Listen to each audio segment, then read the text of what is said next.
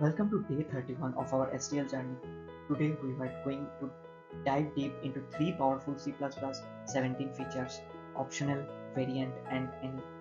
These features help us write safer, more readable code when we need to handle optional values, multiple possible types, or dynamic typing. By the end of today's session, you will understand when and how to use these types in your C++ code. Let's get started. In traditional C++ programming, we often resort to using magic values like -1 or null PTR to signal missing or invalid data. While this can work, it's error prone and not very expressive.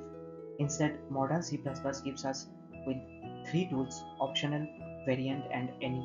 These tools allow us to communicate our intentions clearly, making our code easier to read and maintain.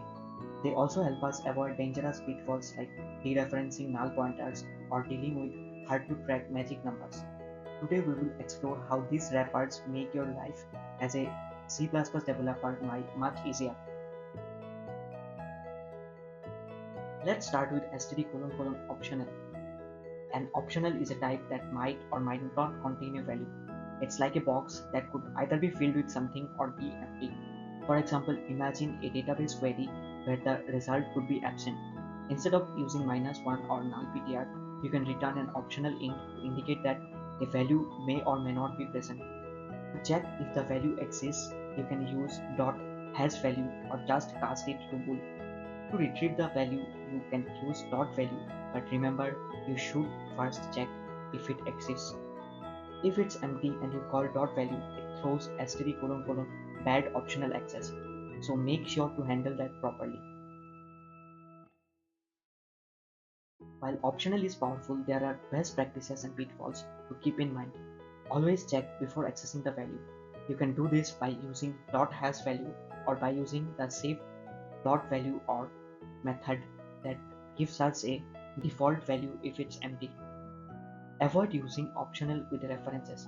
This is a tricky scenario that can lead to undefined behavior. Don't forget, accessing .value on an empty optional can cause runtime errors, so be sure to use it with caution. Now let's move on to std::: variant. Think of a variant as a type-safe union. Unlike traditional unions, which allow you to store one type of data but require you to manually manage the type you are storing, variant ensures that you can only access the value in a way that's safe for its current type. For example, std::: variant int, float, string can store either an int, a float, or string. But the key difference is the type is known at compile time, so you don't need to worry about memory issues or undefined behavior that can occur with traditional unions. To access the value inside, you can use getT or more commonly use visit to apply a function or lambda to the stored value, no matter what its type is. With std::: visit, we bring the visitor pattern into our C++ code. This function takes a lambda or a function and applies it to the type inside a variant. For instance, you could apply a lambda to process the stored int, float, or string depending on the type of the value currently held by the variant. This is extremely powerful because you can easily handle multiple types without manually checking each one, making your code cleaner, more maintainable, and easier to extend.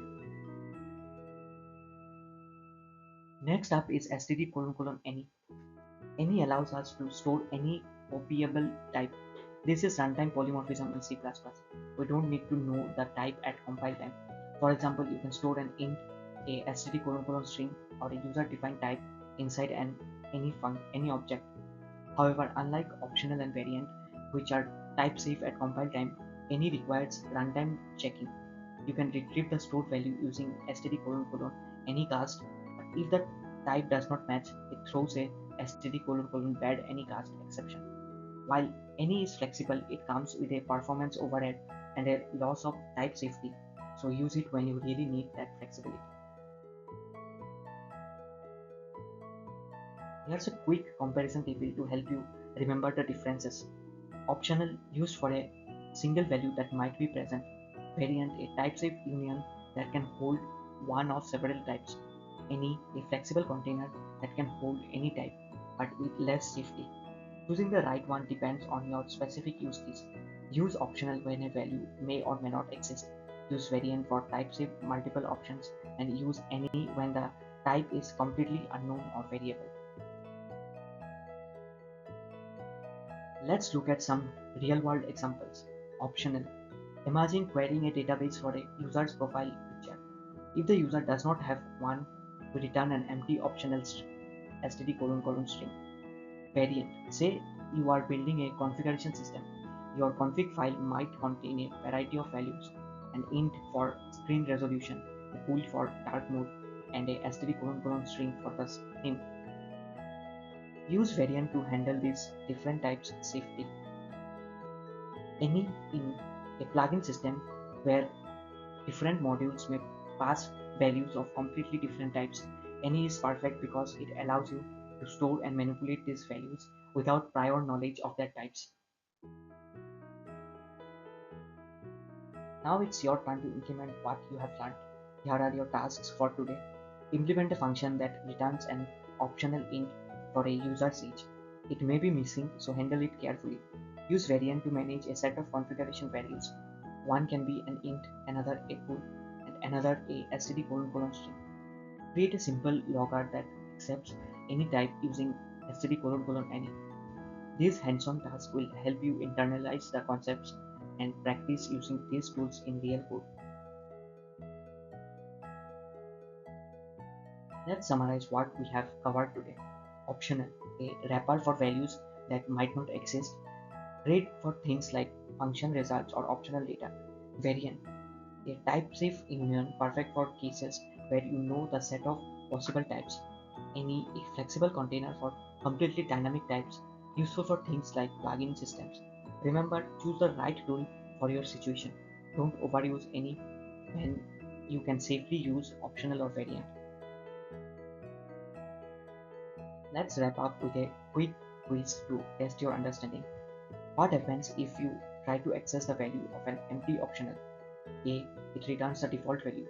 B. It throws a bad optional access exception. And C. It causes a compilation error. The correct answer is B. Always check if the optional contains a value before accessing it.